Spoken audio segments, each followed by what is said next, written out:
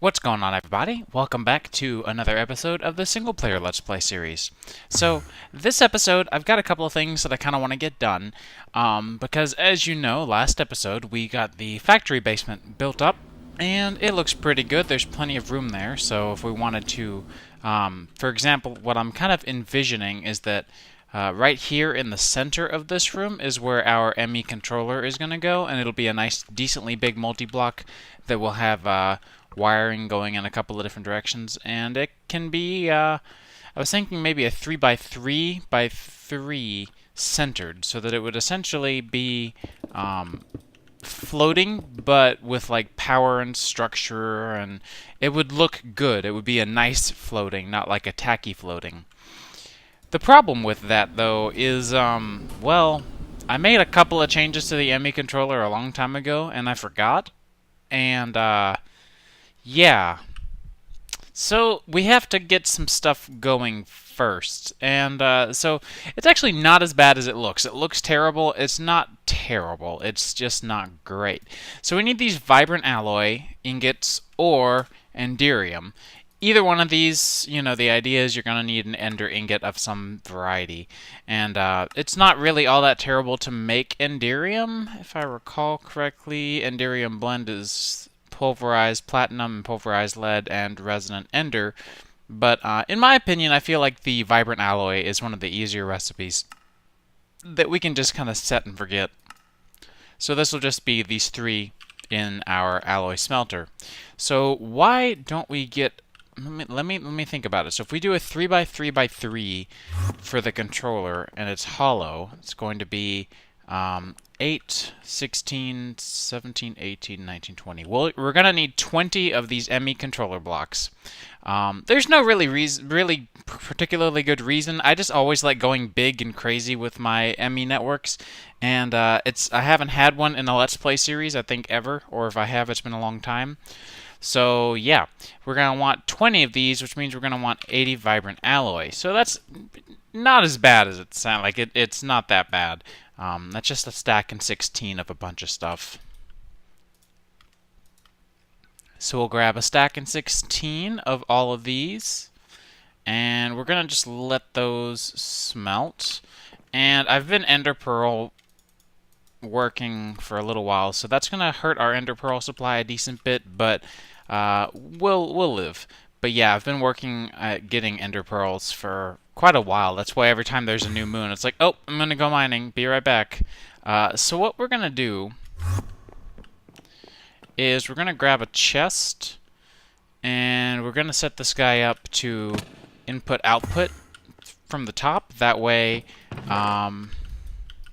like if we load it up with these three, and then we say alloy mode, and we say push and pull, then if I put these in, it's going to pull them first. So it's going to pull the redstone and glowstone and gold first. And then, after it's done processing all of our redstone, glowstone, gold, making energetic alloy, it will try to pull the energetic alloy with the ender pearl. We'll make sure this is an alloys only mode, so we'll take the this guy can combine here, as you can see. We could do this in the induction smelter too, but this is just a set and forget solution, so much easier to do.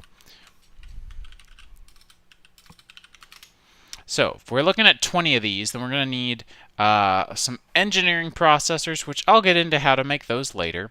We're going to need 40 circuit boards, and we're going to need 20 energy receivers, which means we're going to need 20 more energetic alloy or signalum. I think I might, just to keep it balanced up and even, I might do signalum for this. So if we're going to need 20 of these, means we're going to need 80 signalum. Might be a bit much. Might be a bit much.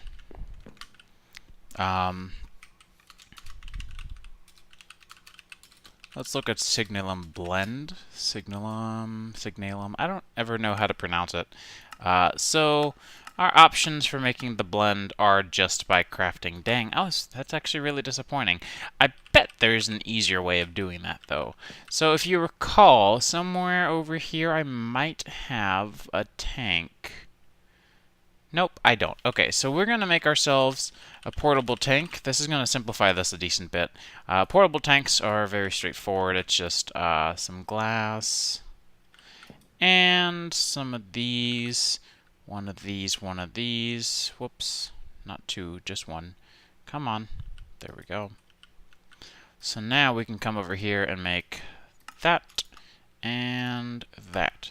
So the reason we're doing the portable tank is that if each one of these is a bucket's worth, and a bucket's worth is 100 millibuckets, and 100 millibuckets, you get 100, or it's 1,000 millibuckets for a bucket's worth, and you get 100 millibuckets for a piece of redstone. So if we need 80 of these, that means we need this recipe 20 times, which means we need 20 buckets, which means we need 200 redstone. So 60, 128, 192, 200. There we go. There goes all of our redstone. Bye. And so we can get this processing. See, I go big, but this is why. I mean, like, we have stuff to do now. And we're going to tell the Magma Crucible, output on the top, actually. Don't output on the side, because what we're going to do is we're going to output it directly into that tank. Because if you recall that this requires a bucket, I'm betting, I'm not sure, but I'm willing to bet that since this is a thermal expansion recipe, that it will accept not only a bucket of molten or destabilized redstone, but also, by chance, a tank from the same mod that it came from. So it really just depends. Usually it works this way. We will see. That's what testing is for. So let's go ahead and get this redstone processing. Since there's not enough room in the actual crucible to put all of this in, I'm just going to start one at a time. And the nice coincidence here is that I believe a portable tank holds, a portable tank holds 20, so it's perfect that this will actually be a full portable tank when everything is said and done. At least, ideally. Let's see how this guy's coming along. Okay, so it's actually processing really quickly. We can help boost that up a little bit by doing some of these over here, I guess. Although, I'm going to grab exact numbers, that way I don't throw it off if it does happen to finish these first. So let's see, what are we looking at next? We're looking at Signal and Blend. So Signal and Blend, we're going to need 20 of these, which means we need 60 and 20. So we need 20 silver and 60 copper. We're going to take these and go pulverize them. Remember, these are not linked to each other, so if we pulverize this, we're okay. And if I sag mill this, we should also be fine. Yep, cool. Whole bunch of machines running all at once. Fun stuff, isn't it? Now, that's going to get our Signal and Blend handled. Now, in order to smelt that in an induction smelter, we're just going to need some sand. So, no big deal. If we have 80, that's going to require 80 and 1. So, we're going to need 80 pieces of sand, too, apparently. That's not as nice as I was hoping, but whatever.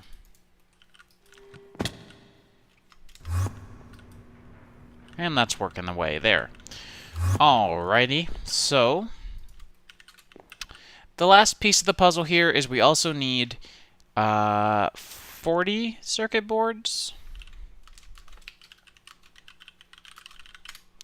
So if we need 40 of these, because we want 20 of these, and we need 40 engineering processors, which we'll get to. So we need 40 pieces of, wait, because this makes 1. We also need the engineer's blueprint for crafting components, which I think we should already have, I thought. Maybe not. Maybe we've never done anything with immersive engineering. I guess not. Odd. I really thought that we had. By the way, if you right-click on the Wither Skeleton trophy, you get a Wither Skeleton skull, so I've been collecting them. Wink. So I haven't gotten into that at all. I really figured that by now I would have. So, at immersive is it not called table? Workbench? Is it workbench? Workbench. So the engineer's workbench is just a normal workbench. I wish more people would use the OR dictionary. Oh well. We'll go ahead and get everything together here.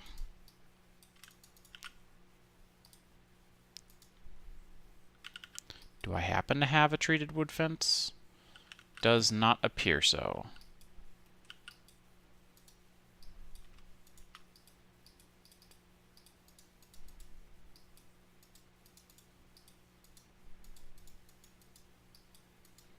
Alright, engineer's workbench.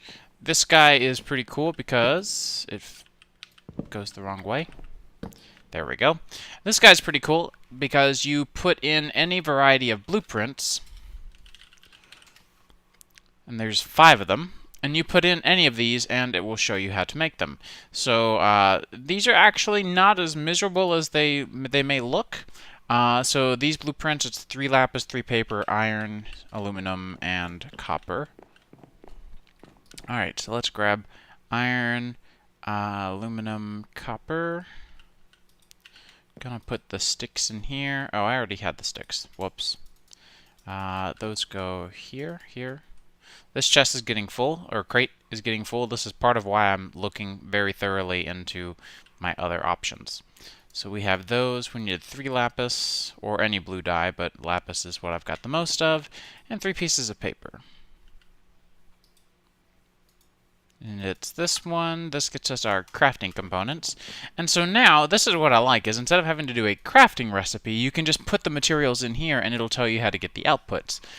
So you can also hover over these and it'll tell you how to get these items. So, you don't have to really stress about, oh, well, how do I get this? What's the recipe? What's the shape of the recipe? So we're going to need insulating glass. Insulating glass might, surprisingly, be a problem. Let's take a step back and get insulating glass. Insulating glass might be a problem because, let me look, we needed 40 of these, which means we need 40 insulating glass, which means we need 20 of this recipe, which means we need 20 green dye of some sort. Well, as you might notice, we don't have enough cactus for that, so I'm going to have to grab some bone meal and grow some myself, so I will be right back. Alright, so I've got some cactus grown. We can go ahead and come over here and smelt it real quick.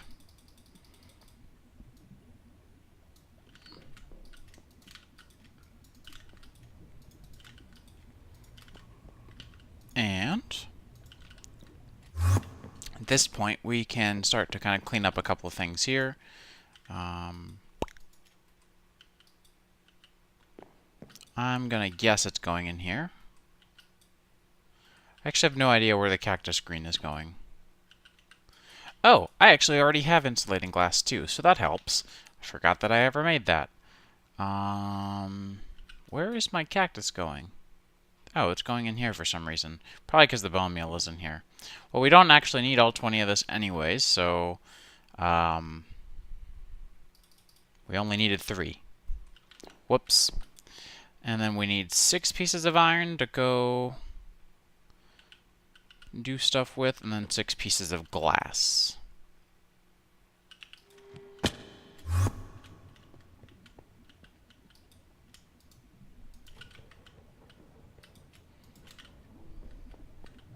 This guy's coming along just nicely. And so is this guy. Wow, 44 already. Very nice, very quick. This is actually not as miserable as I was expecting it to be. We're rocking right through all this stuff. Alright, so there's 20 of those. Now we need 40 vacuum tubes and 20 copper plates. So let's get the copper plates rolling while we get the vacuum tubes going. So we need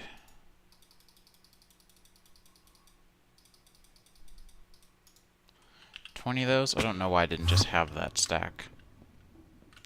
Let's get these rolling together, and then we needed 40 vacuum tubes, which means we need 20...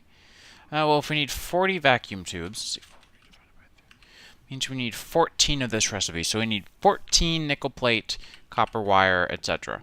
So let's grab 14 nickel. I didn't realize those required nickel plates now. I never remembered that being a thing. Curious. So we need 14 nickel plate, 14 wire, was that right?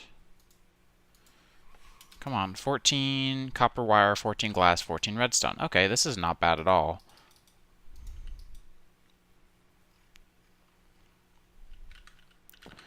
And then so for the 14 copper wire, we will just make normal plates and then cut them up. Alright, so that gets us our 14 copper wires. And so now I'm just going to start tossing this stuff in here. So we'll have 14, 14, 14. So now all we're waiting for is the nickel plate.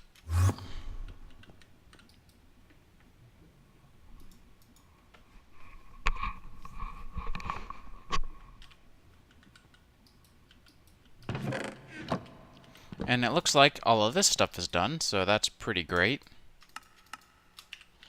How is this coming along? It's getting there. There's only a couple blocks left, right? Yeah, hey, look at that.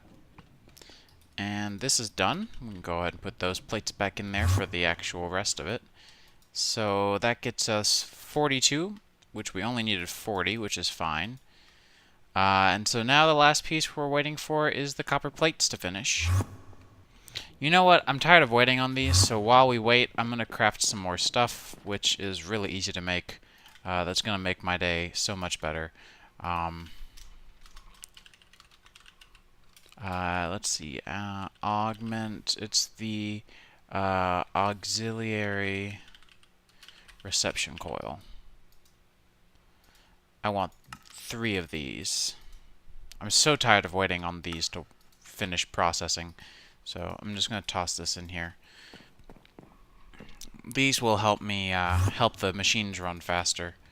This guy can take 2 and this guy can take 1, and that's going to make this take more power, but it's also going to make it roll these a lot, or into plates a lot quicker. Because, good grief, this is taking too long. Alright, so now we can finally finish with 20? I feel like that's not right. Oh, did I just do my calculations wrong? I needed 40 of these, didn't I? I thought I calculated for 40. Or did I lose track? I did lose track. Crap. Well, I'm going to have to make some more of those. So I'm just going to do that off camera, because at this point you've seen it. Well, in the meantime, at least the portable tank finished. So let's see if this recipe is going to work with a tank in place of the bucket. I'm pretty sure it will. Yeah, see? So this is going to drain the tank completely, but that gets us the 80 signalum that we're going to need. So we're just going to put this in here to process. This doesn't take very long, so that's good. Alright, there we go. 20 more circuit boards.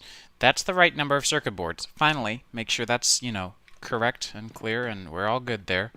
So let's go ahead and get the recipe laid out up here. So we had those. We had these. Well, that's not quite right.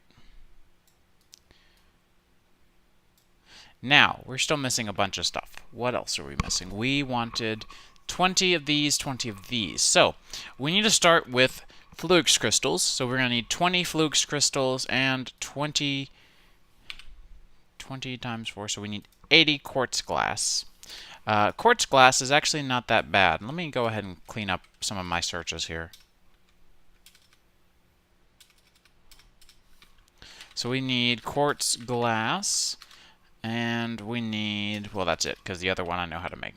So we need quartz glass. Quartz glass is just standard quartz glass. Makes 4, so we need this recipe 20 times, so we need 100 quartz and 80 glass. 100 quartz. Alright, so, and then we needed 80 glass. There we go. So let's go ahead and get the quartz over here crushed into nether quartz dust.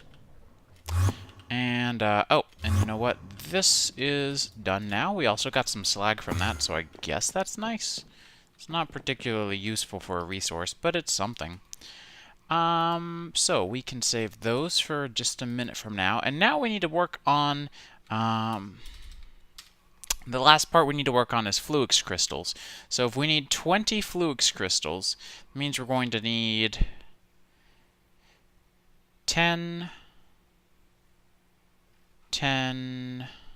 of these. I also realize now that I just messed up my numbering, so that's great. I needed 36.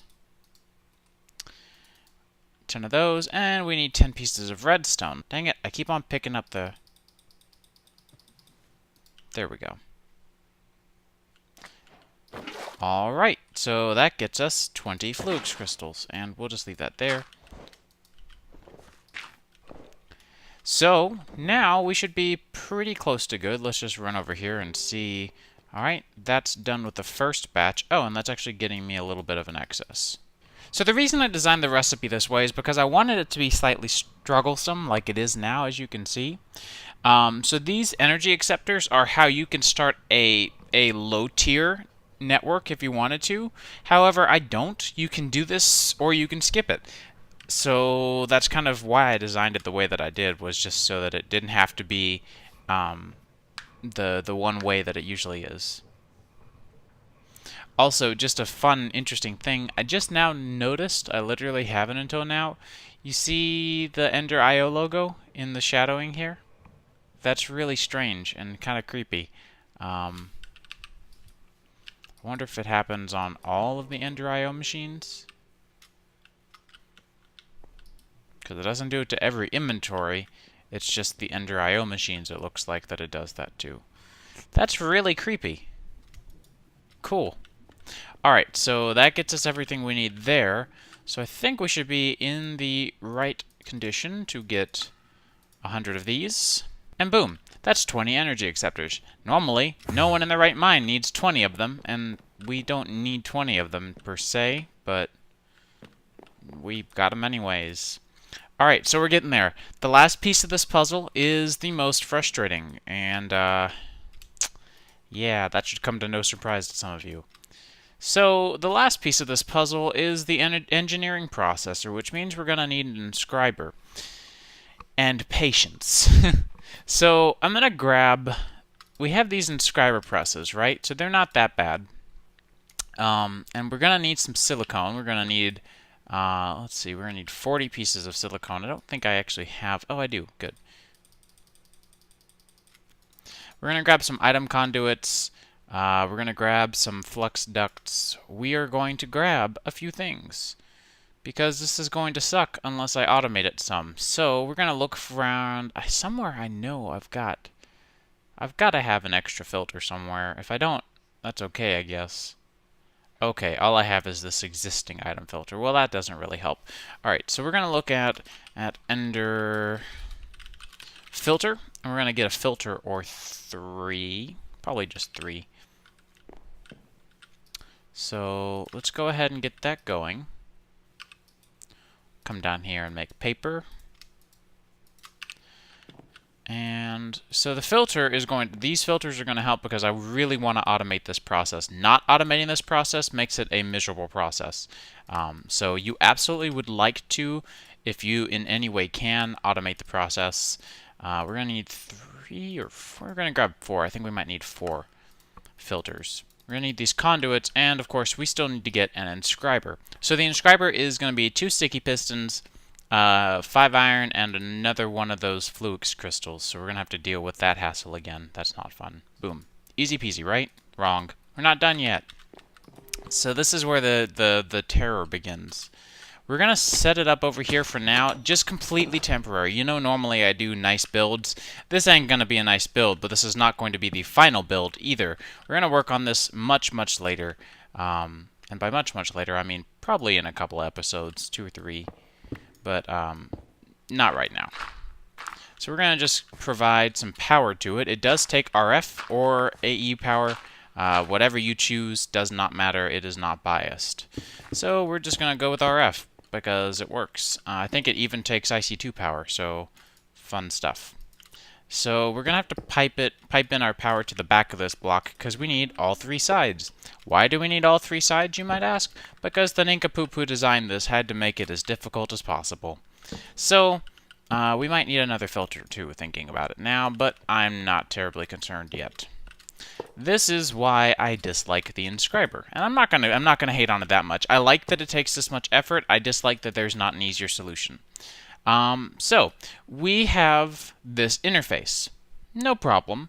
Now the struggle, the part that I don't love about it, is the fact that if you want to print something, the input size. Let's say I wanted to make silicone, so easy peasy. You take the silicone press, you take silicone, you put it in. Give it some power, and after a little bit of time, admittedly it's not that fast, but not that slow, and you can upgrade the speed. Boom, get you a printed silicone. Like, hey, that's not that bad. Why are you complaining? Because I can only put one in at a time. I didn't right-click, or I didn't right-click at all there. I left-clicked. So, yeah, you cannot place more than just one in there. You have to place just the one.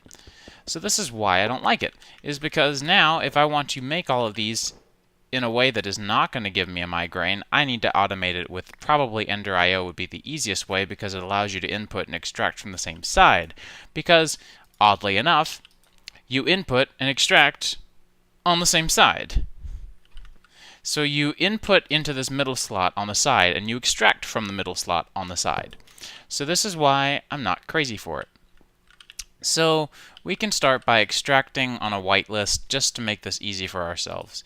So we're going to extract green on a whitelist, and this whitelist is going to be set up to only pull out silicone. We're going to have to change this every time, by the way. Hope you enjoy that. And we don't have to change it every time. We can at least simplify it once here. We're going to need diamonds for the other part of this. So we can go to this recipe, and you see these are going to require printed, and these printed ones require a diamond. No big deal, though. We have plenty. We only need 40 of them, so it's not the end of the world.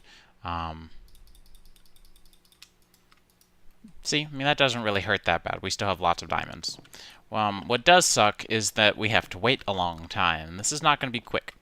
So we're going to extract and insert on red. So we're going to extract on green, whitelisting only diamonds and silicone, and we're going to insert on green and extract on red, always active, filtering, blacklist, don't extract silicone or diamonds.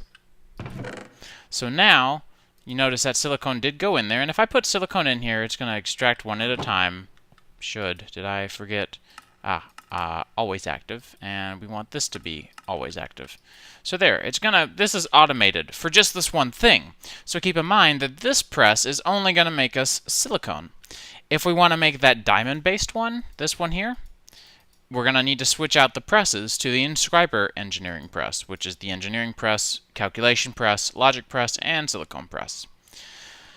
This is the joy that we get to deal with. So I'm going to run through all of this, and then once we get our main silicone, once we get these main cutout pieces, these two done, I'll come back so that I can show you how to automate this piece. Alright, so now that these are done, we need to go grab some more redstone, and we need to do a lot of fun with Ender IO conduits. So let's see, we'll go ahead and drop off some of these, and we can drop that off too. So the joy of this is that now if we want to automate this gets to be an even bigger pain in the butt than it already was. Yes, even bigger pain. So we can go ahead and destroy that because we're not going to need it. And we can go ahead and do this instead, which is what I had originally set up. We're going to do this. And so what we're going to have is we're going to extract, and we don't have to worry about inserting. We're not going to insert back into these. We're just going to insert into these. I'll let the output stay in here for now. Normally you wouldn't, but that's okay. And so we're going to insert, not extract. So this is where we have to deal with the fun stuff. We're going to whitelist only these here. We're going to insert with a whitelist of only redstone here. And we're going to insert, let's see, up, insert with a whitelist only silicone. So now if I do extract always active and put these three in here, all three of these are going to go in the right place if I take that out. And now these are going to form. So the output slot here, it will stack up to 64, but the input slot does not stack at all, which is the struggle. So now I'm going to sit here and let another 40 of these process, and that will be the end of our struggles with this device for now. Next episode, we'll probably set it up. So, yeah. But this episode, I definitely want to get a couple of those things done. Alright, so these are done. We can finally go ahead and break down this entire madness of a setup that we have here and go ahead and finish up this episode with a last little bit of crafting, I suppose. So let's go ahead and bust all this stuff down as well. Just gotta clean up after ourselves a bit, you know? There we are, much better. I wonder if these can be cleared by crafting. Yay, okay, good. Because I like it better when these craft. Awesome. It is a new moon, but I have better things to do right now, like finishing up this episode. So we'll deal with the mobs, that's no big deal. And so here is our last component. Boom. 20 ME controllers. This was definitely quite a process. So while we were waiting for those two, what are they called? Processors to be built, I went ahead and routed power up and over here. So these are those conduits covered in some blocks so that it looks a little more like normal. So the thing about these is you cannot connect a controller to another controller on more than 3 sides. So this block, for example, has a controller here, here, and here. So we're okay, but as soon as I put this one, that one dies. So just keep that in mind when you're designing these in your head, that there's no sense at all in some of these designs being solid. Now, if you're bothered by this, you can actually, if you have chisel, there is a controller here. This ME controller is a fake one. It's just a Futura block that's retextured. These match the animation, so if you wanted to, let's say, fill this in to be a solid cube, then you could use those instead. So here we are. This guy doesn't have any interface. It doesn't do anything visually for us, but it has a lot of functionality. So each side of these can connect up to 32 channels. So each device we have will consume a channel, so it's kind of good to have this many blocks just because if we find ourselves needing a whole bunch of channels, we can pump them out and use dense cables and stuff. So I don't really have a plan for how I'm going to use every side of these and every side of this or every connection point because I don't need all of this, and I will never be... I mean, some people can do some crazy big ME networks. I'm not capable of handling that much data, that much transfer of items, that much anything, so I will never ever be able to do anything quite that extreme. But that being said, having this done, I like having kind of a big scale build for these controllers because they're really pretty. So I'm going to go ahead and call it an episode there. I'm pretty pleased with our progress. I might do something about maybe matching, like maybe putting 4 of these up here. Or maybe even having cables that go out the top. That way there's something going on up here. I don't really know. So I've got stuff left to figure out there. But, you know, for the most part, it's getting plenty of power. We've routed power from down here all the way over from everything else over here. So we've got this guy coming from upstairs, so we did last episode. So, you know, I think we should be good to go. Honestly, I'm not worried about power at this point.